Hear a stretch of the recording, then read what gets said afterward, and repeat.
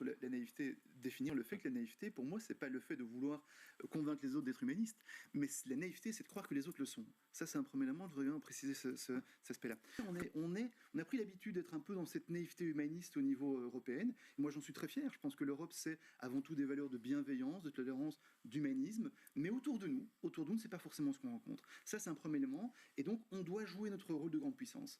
L'Europe est une grande puissance, elle doit l'assumer, et elle doit aussi l'assumer en étant en capacité de se défendre. C'est la meilleure façon de préparer la paix. La question, c'est est-ce qu'il est nécessaire de s'armer de façon conventionnelle et moi, je rejoins effectivement l'analyse qui est de dire que la défense, ce n'est pas uniquement de l'armement conventionnel pour avoir des combats de haute intensité, c'est ce premier élément. Et est-ce que ces dernières années, on a augmenté nos investissements en matière de défense? Oui, parce qu'effectivement, je pense qu'il faut aussi sortir de cette espèce de naïveté où on penserait que tout le monde pense à la paix.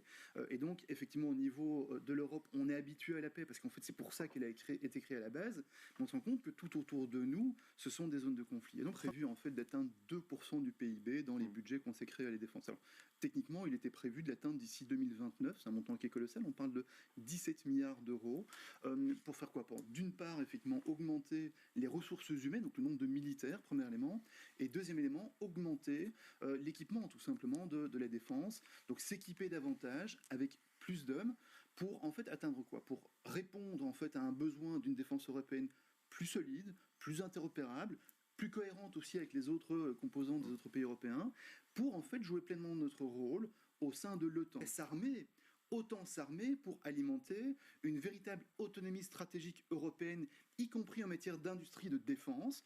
Et là, effectivement, si c'est pour que ces milliards aillent quelque part, autant qu'ils aillent évidemment en premier lieu dans des industries belges, et on en a quelques-unes de très grande qualité. On a la chance d'avoir certainement en Wallonie des entreprises de grande qualité, ou alors européenne. Et donc ça, c'est quelque chose qui est vraiment essentiel. Il faut savoir qu'aujourd'hui, lorsqu'on achète de l'équipement militaire, 80% de ce qu'on achète, on l'achète en dehors de l'Europe.